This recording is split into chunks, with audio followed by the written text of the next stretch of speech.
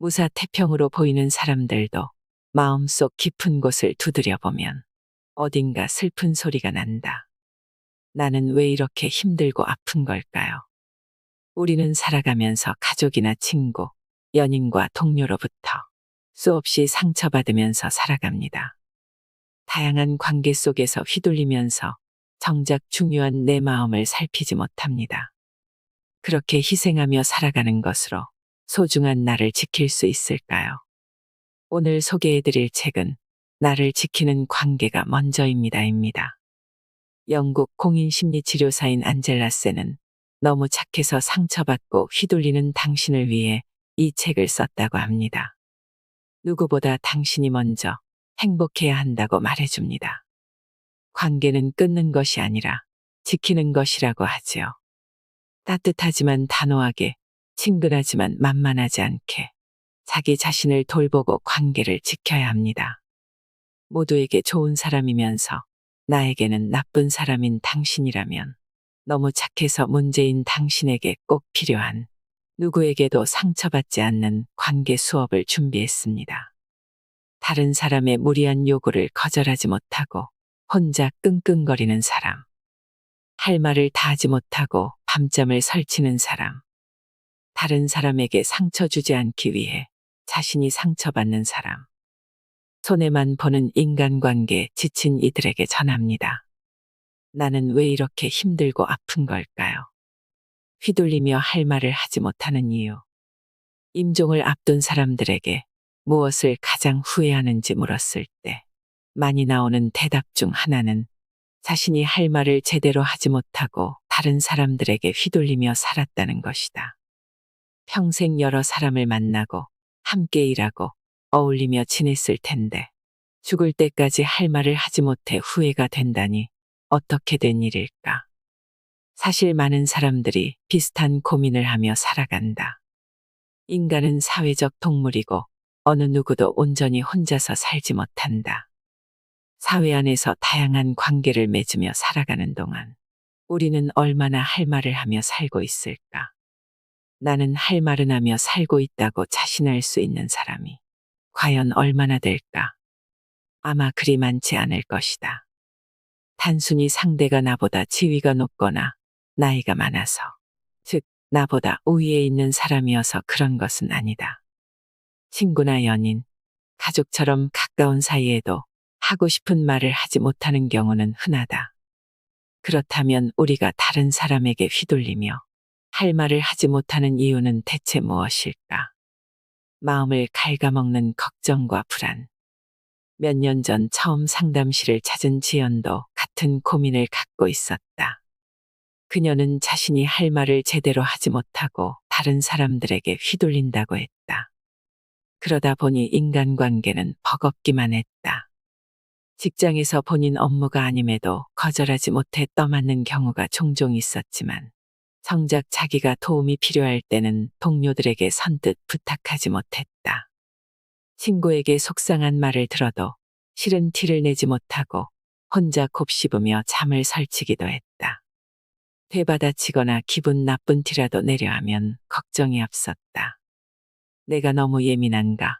내가 오히려 상처 주는 건 아닐까? 이러다가 싸움이라도 나면 말문이 막히거나 울어버리면 어쩌지?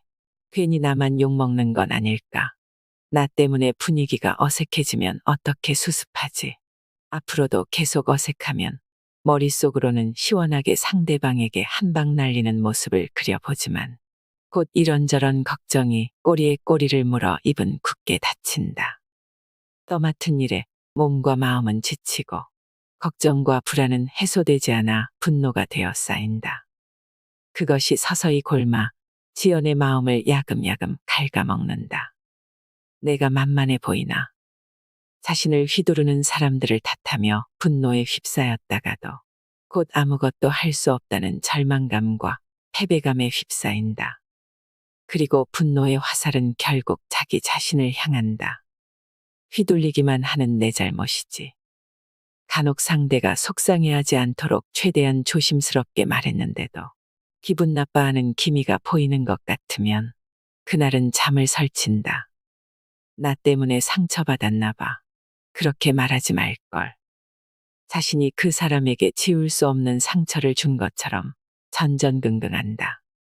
관계는 이미 깨진 꽃병처럼 다시 조각을 붙여도 예전 같지 않을 것 같다. 날 나쁜 사람이라고 생각하겠지.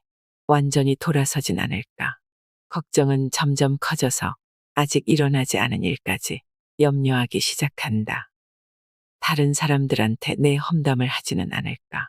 그 이야기를 들은 사람들도 날 나쁘게 평가하지 않을까.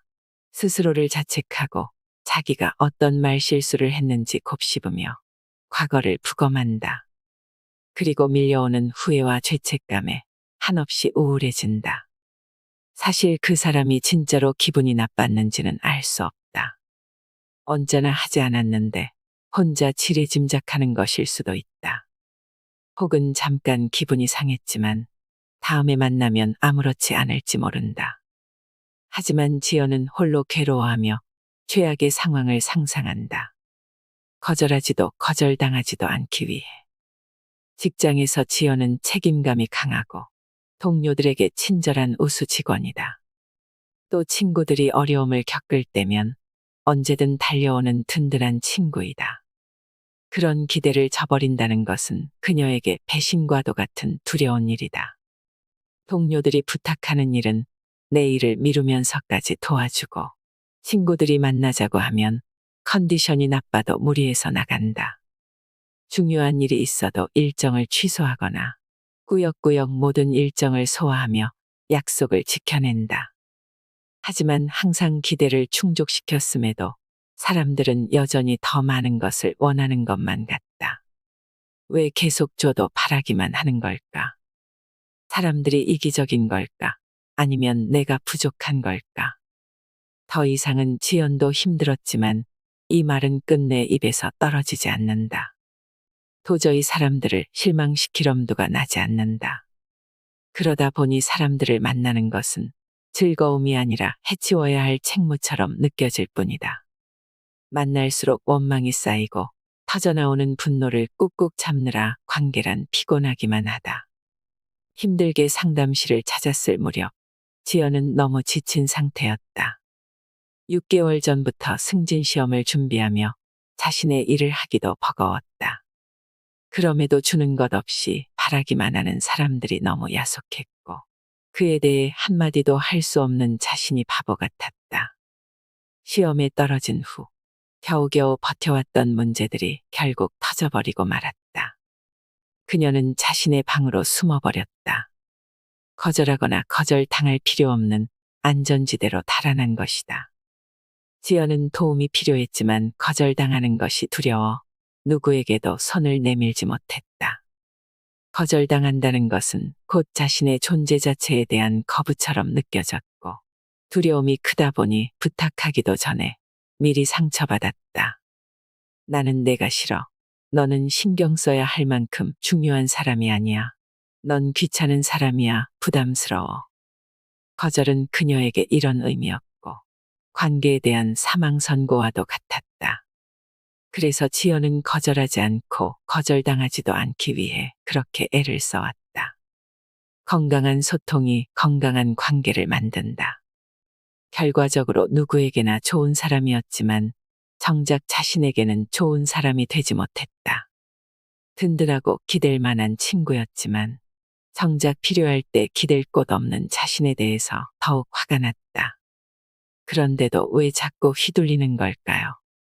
그렇게 묻는 지연은 그 대답을 이미 알고 있는 듯했다. 제가 거절하거나 제 의견을 말하거나 불편한 감정을 솔직하게 표현하면 불쾌해하거나 무례하다고 생각하지 않을까요?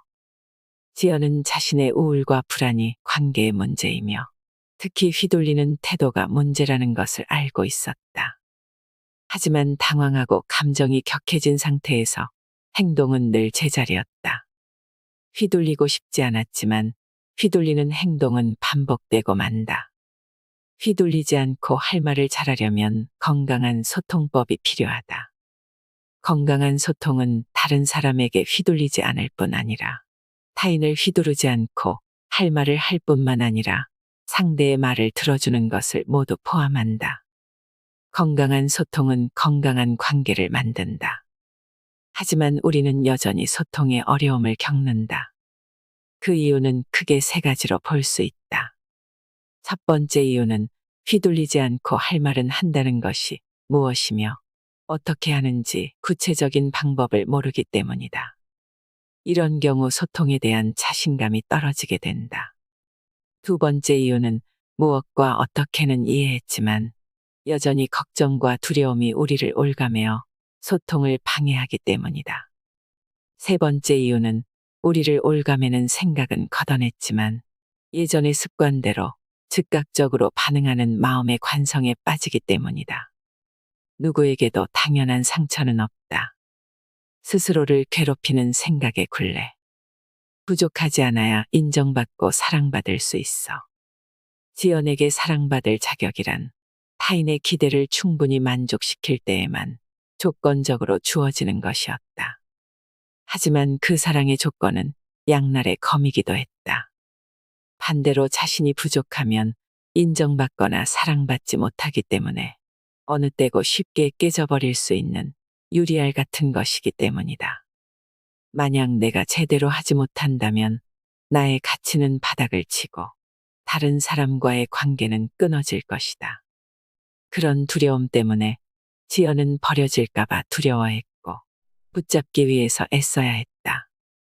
마치 뼈가 부러졌는데 반창고만 붙이고 뛰는 것처럼 애쓰는 삶이었다. 상처를 감추고 무리해왔다. 사랑받기 위해, 인정받기 위해 노력한 삶은 지금까지 어떻게든 그녀를 지탱하는 마음의 기둥이 되어왔다. 하지만 그것은 오래가지 않아 와르르 무너지고 만다.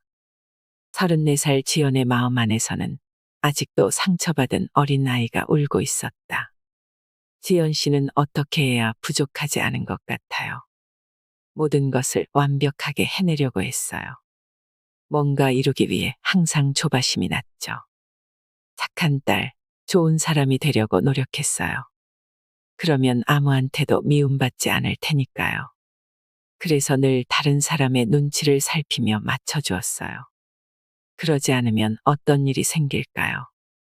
그러지 않으면 사람들이 화내거나 속상해할 것 같아요. 저를 미워하고 욕하거나 떠나겠죠.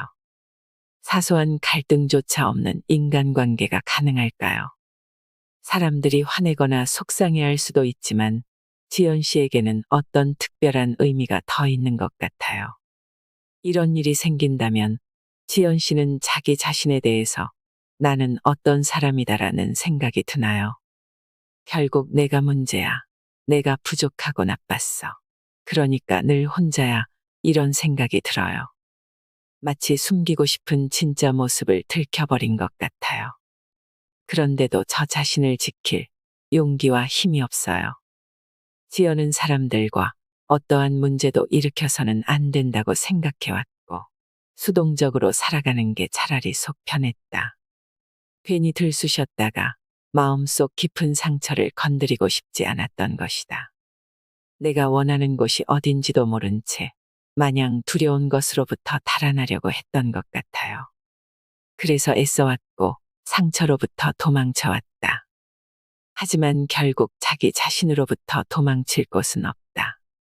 오랫동안 마음 안에 자리 잡은 부정적인 생각들로 인해 자기 자신뿐만 아니라 다른 사람들과의 관계가 모두 어려웠다. 유난히 힘든 하루를 보내고 나면 세상과 사람과 자기 자신에 대해 더욱 부정적인 생각에 휩싸인다. 제 자신을 사랑할 수 없어요. 그러니 다른 사람에게 사랑을 주거나 받을 수도 없겠죠. 제 성격이 부정적이라서 그런 것 같아요. 결국 문제의 원인은 늘 자신에게 있는 것 같다. 그렇다면 지연이 성격이라고 규정하는 마음의 기본 프로그램은 어떤 생각들로 이루어져 있을까? 그리고 그녀를 괴롭히는 생각들은 어디서부터 어떻게 시작된 것일까? 비판과 비난에도 나를 지키는 법. 우리는 왜 비판에 휘둘릴까? 상황은 각자 다르겠지만 다른 사람에게 안 좋은 소리를 들을까봐 두려워서 움츠러들거나 물러났던 경험은 누구에게나 있을 것이다. 다른 사람에게 비판을 받으면 아프기 때문에 피하게 된다. 비판이 아픈 이유는 무엇일까? 그 이유는 비판을 부정적으로 해석하는 마음의 올가미에 있다. 비판에 대한 부정적인 과거의 경험으로 인해 상처받은 마음의 뿌리와 기둥이 자라나 우리의 마음을 올가맨다. 가령 비판은 공격이야. 내가 무능력하다는 뜻이야. 나를 비판하는 걸 보니 날 싫어하는구나 같은 마음의 올가미에 걸려든다면 비판을 받는 위기 상황에 직면했을 때 부정적인 생각과 두려움에 빠져 휘둘리기 쉽다. 이때 공격적이거나 수동적인 방식으로 즉각 반응하면서 상황을 악화시키기도 한다. 이런 패턴이 반복되면서 비판에 건강하게 대응하는 방법을 배우고 익힐 수 있는 기회를 스스로 차단하게 되고 비판에 대응하는데 더욱 서툴고 어렵다고 느끼게 된다. 결국 비판을 마주할 자신감을 잃게 되면서 더더욱 비판을 받을까봐 불안해하고 비판을 받으면 쉽게 분노하거나 좌절한다. 비판은 누구에게나 어렵다. 그렇다면 비판은 나에게만 어려운 것일까? 유독 나만 자존감이 낮고 예민해서 그렇다는 생각을 하기 쉽지만 비판은 누구에게나 어렵다.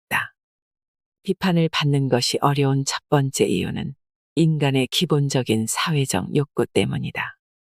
사람은 누구나 사랑받고 인정받고 싶어 한다. 우리는 사랑받고 인정받으려고 애를 쓰고 사랑받고 인정받지 못해서 상처를 받는다. 고립은 생존을 위협하는 치명적인 약점이 될 수 있기 때문에 우리는 공동체 안에서 유대관계와 소속감을 통해 정서적 안정을 느끼도록 진화해왔다. 하지만 비판은 이러한 욕구를 정면으로 거스른다.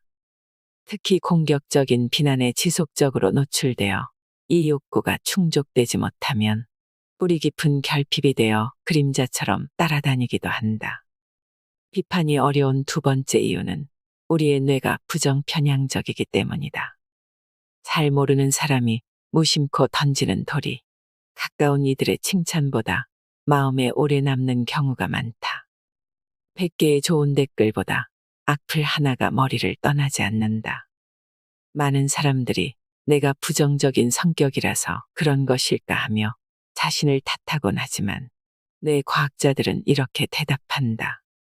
우리의 뇌는 원래 부정적으로 타고났습니다. 따라서 뇌의 일부를 도려내거나 약물과 같은 인위적인 방식을 쓰지 않는 이상 항상 긍정적인 것은 불가능하다. 다수의 연구 결과에 따르면 뇌는 부정적인 부분에 꽂히는 편파적인 방식으로 진화해왔다. 죽지 않고 생존하려는 본능은 그 무엇보다 강해서 위험을 알리는 부정적인 자극에 더욱 민감하고 빠르게 반응하도록 진화한 것이다. 이때 위험으로부터 자신을 지키기 위해 보내는 강력한 경고음이 바로 불안과 두려움의 감정이다. 이 분야를 전문적으로 담당하는 뇌의 영역은 감정을 담당하는 변연계 안의 편도체라는 부위다. 편도체는 과거에 위험했던 상황과 비슷한 단서가 포착되면 위협으로 간주하고 경고음을 보낸다. 공격적인 비난에 지속적으로 노출되었을 경우 예민해진 편도체의 감지 센서는 작은 자극에도 경고음을 남발하게 된다. 날뛰는 편도체는 또다시 상처받지 않으려면 당장 싸우거나 도망치라고 다그친다. 이럴 때 우리는 비판에 휘둘리게 된다. 그렇다면 비판에 대응하기 위해 어떻게 해야 할까? 비판과 비난은 다르다. 비판에는 두 가지 종류가 있는데 약이 되는 쓴소리는 건설적인 비판이고 독이 되는 쓴소리는 공격적인 비난이다. 그렇다면 건설적인 비판에 대해서 먼저 살펴보자. 문제 해결을 위한 건설적인 비판. 건설적인 비판은 문제를 제기하고 해결을 요구하는 기본 기능에 충실한 비판이다. 따라서 다음의 두 가지 질문에 답할 수 있어야 한다. 무엇이 문제인가? 어떻게 문제를 해결하는가? 건설적인 비판은 문제 제기와 해결이라는 두 가지 요소가 명확해야 한다. 여기서 해결책은 직접 제안할 수도 있고 상대에게 묻거나 함께 생각해도 좋다. 건설적인 비판은 우리가 미처 보지 못했던 문제점을 파악하고 해결할 기회를 준다. 따라서 건설적인 비판에 건강하게 대응하기 위한 기본 자세는 비판을 문제 해결의 기회로 삼는 것이다. 공격적인 비난은 문제를 해결하는 것보다 상대를 무너뜨리거나 자신에게 상황을 유리하게 만드는 것을 목적으로 한다. 때문에 문제를 제기할 때 사실에 근거하지 않거나 부분적인 사실을 전체인 것처럼 과장하고 왜곡하기도 한다. 무엇이 문제인지 사실에 근거하여 분명하게 지적하더라도 무엇을 원하는지가 분명하지 않아 해결을 위한 대안 없이 공격에만 집중하기도 한다. 공격적인 비난은 모욕, 약점 들추기, 인신공격, 탓하기, 조롱, 비꼬기, 협박 등으로 상대방을 휘두른다. 듣는 사람이 당황하고 휘둘리는 틈새를 파고들면서 문제 제기와 해결이라는 중심 주제에서 이탈한다. 이런 경우에 대화는 싸움을 위한 싸움이 되면서 불필요한 부분에 소득 없이 에너지를 소비하게 된다. 공격적인 비난을 받을 때 기분이 나쁘긴 하지만 비난의 내용이 구구절절 다 사실인 것 같아서 반박하지 못한다고 말하는 사람들이 있다. 혹은 의도가 나쁜 건 아니기 때문에 받아들여야 한다고 생각하는 경우도 있다. 너 잘 되라고 혹은 정신 차리라고 하는 이른바 뼈를 때리는 팩트 폭력은 아무리 팩트에 기반하더라도 결국은 폭력이다. 따라서 좋은 의도로 사실의 근거에 지적했다고 주장하더라도 태도의 조건을 충족시키지 못하기 때문에 건설적인 비판이 아닌 공격적인 비난이다. 이러한 비난은 잘 되라는 의도와는 달리 상처를 남기는 결과가 따르기 때문에 결국 듣는 사람 입장에서는 문제 제기와 해결이라는 비판의 가장 중요한 메시지를 받아들이기 힘들다. 하지만 받아들이기 힘든 공격적인 비난에도 휘둘리지 않고 대응하는 방법은 있다. 공격적인 비난에 대응하기. 먼저 당황한 마음을 추스르고 상황을 판단하기 위해서 마음속으로 잠깐 하고 쉼표를 찍고 무슨 뜻이야? 라고 되묻는다. 그 다음 혼란스러운 부분이 있는데 분명히 해주시겠어요? 하는 꼬리잡기를 통해 모호하거나 모순되는 점을 지적하고 분명히 해줄 것을 침착하게 요구한다. 꼬리잡기 테크닉은 혼란을 정리하는 테크닉이다. 상대방이 자기가 했던 말을 바꾸거나 말과 행동이 다를 때, 또 말의 핵심 내용과 워딩, 몸의 언어 사이에 모순이 있을 때 등 다양한 상황에 적용할 수 있다. 이때 주의할 점은 사람 자체를 공격하는 것이 아니라 모순되는 말과 행동, 상황을 객관적으로 요약하고 정리하면서 분명함을 요구한다. 가령 자꾸만 말을 바꾸는 상사에게 할 수 있는 말이다.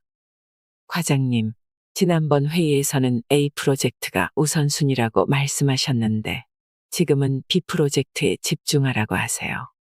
무엇이 우선순위인지 명확하게 해주셨으면 좋겠습니다. 다음은 괜찮다고 말은 하지만 온몸으로 화가 난 감정을 표현하면서 상대방에게 눈치를 주는 친구에게 꼬리잡기 테크닉을 활용해 보자. 내가 괜찮다고 말은 하는데 평소와 다르게 말도 안 하고 시선도 피하면서 괜찮지 않은 행동을 해서 혼란스럽네. 내 마음이 어떤지 분명하게 말해줬으면 좋겠어. 실망과 좌절에도 무너지지 않는 법.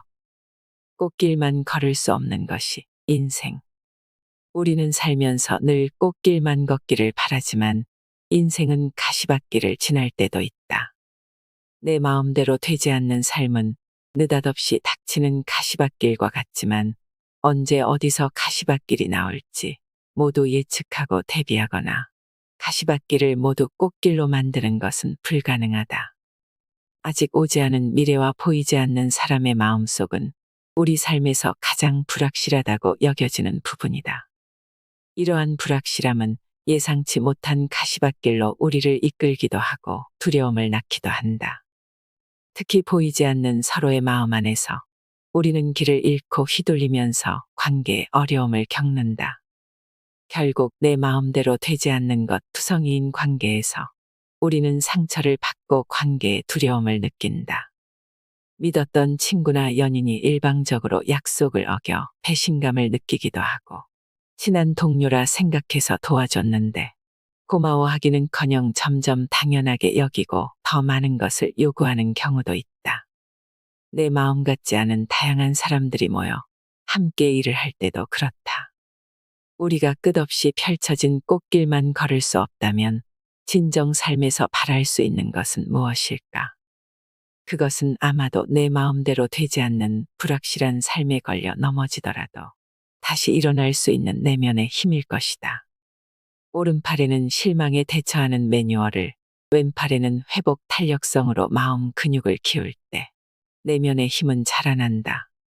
적당량의 시련을 단계적으로 극복할 때 우리는 다시 일어서는 회복 탄력성을 키울 수 있다. 이렇게 성장한 내면의 힘은 가시밭길을 가면서도 마음 한켠에 스스로 꽃 한 송이를 피울 줄 아는 자기 돌봄과 희망이 된다. 실망이 좌절과 절망이 되지 않도록. 살면서 한 번도 실망하거나 좌절해 보지 않은 사람이 있을까? 만약 그런 사람이 있다면 비정상적으로 운이 좋거나 뇌 기능의 일부가 작동하지 않는 경우일 것이다. 실망은 기대했던 것과 달리 부정적인 상황이라고 생각했을 때 느끼는 감정이다.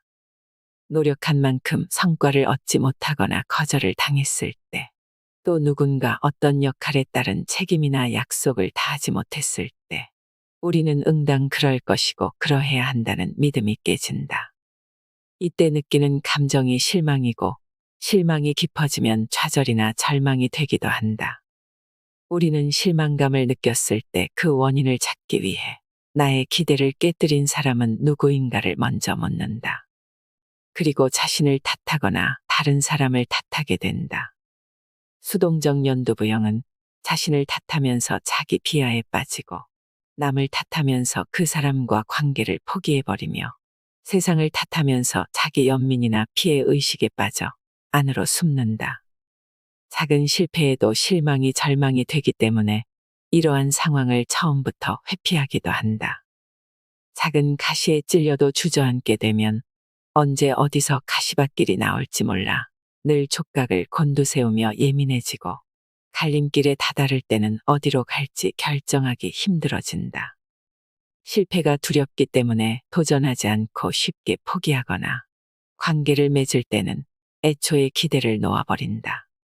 기대하지 않으면 실망하지 않기 때문이다. 반면 공격적 불도저형의 경우에는 실망을 다루는 과정에서 타인을 공격하면서 처벌하고 통제하려고 한다. 기대를 저버린 사람은 응당 그러해야 한다는 불도저형의 규칙을 어긴 규칙 위반자이며, 불편한 감정을 초래한 감정 가해자가 된다. 불도저형에게도 실망은 다루기 힘든 감정이기 때문에 자신이 당한 실망의 아픔만큼 갚아주어야 한다고 믿거나, 아무리 갚아줘도 자신의 아픔이 훨씬 크다고 생각하면서 공격을 정당화하기도 한다.